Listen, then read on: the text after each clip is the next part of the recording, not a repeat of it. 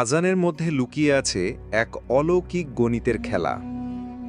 আজানের প্রতিটি শব্দ, অক্ষর এবং তার পেছনের বার্তাগুলো যেন এক একটি নিদর্শন। এই তথ্যগুলো জানলে আপনি বিস্মিত হবেন এবং আল্লাহর উপর আপনার ঈমান আরও দৃঢ় হবে ইনশাআল্লাহ। আজানের শুরু ও শেষ। আজানের প্রথম শব্দ আল্লাহু আকবার, অর্থাৎ আল্লাহ মহান। আবার আজানের শেষ শব্দ আল্লাহ। এর মাধ্যমে বোঝা যায় আল্লাহই শুরু, আল্লাহই শেষ। সূরা হাদীদের ৩ নম্বর আয়াত। তিনি আদি, তিনি অন্ত। কুরআনে আজান শব্দটি ৫ বার। পবিত্র কুরআনে আজান শব্দটি এসেছে মোট ৫ বার। আর আমাদের দৈনিক ফরজ নামাজেও ৫ ওয়াক্ত। এ যেন কুরআনের সাথে নামাজের এক অপূর্ব মিল। আজানে মোট ৫০টি শব্দ রয়েছে। সম্পূর্ণ আজানে মোট ৫০টি শব্দ রয়েছে। আবার মিরাজে আল্লাহ ইনিশিয়ালি ৫০ ওয়াক্ত নামাজ ফরজ করেছিলেন, পরে তা কমিয়ে ৫ ওয়াক্ত করা হয়।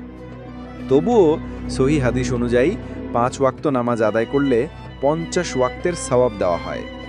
আজানে আছে ১৭টি ভিন্ন অক্ষর। পুরো আজানের ১৭টি আলাদা হরফ বা অক্ষর ব্যবহার হয়েছে।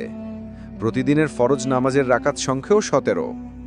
২ ফজর, ৪ জোহর, ৪ আসর, ৩ মাগরিব এবং ৪ এশা যোগ করলে ১৭ রাকাত। আজানের সবচেয়ে বেশি ব্যবহৃত শব্দ আল্লাহ।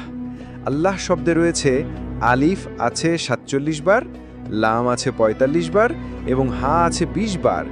সব মিলিয়ে ৪৭ যোগ ৪৫ যোগ ২০ সমান ১১২ বার। এবং কুরআনের ১১২ নম্বর সূরা হলো সূরা ইখলাস, যেখানে আল্লাহ নিজের পরিচয় দিয়েছেন কুল হুয়াল্লাহু আহাদ। আল্লাহু আকবার। আজানের প্রতিটি অংশে যেন লুকিয়ে আছে ঈমান বৃদ্ধি করার এক একটি নিদর্শন। আসুন আমরা এই নিদর্শনগুলো উপলব্ধি করি এবং আরও আন্তরিকতার সাথে নামাজ আদায় করি।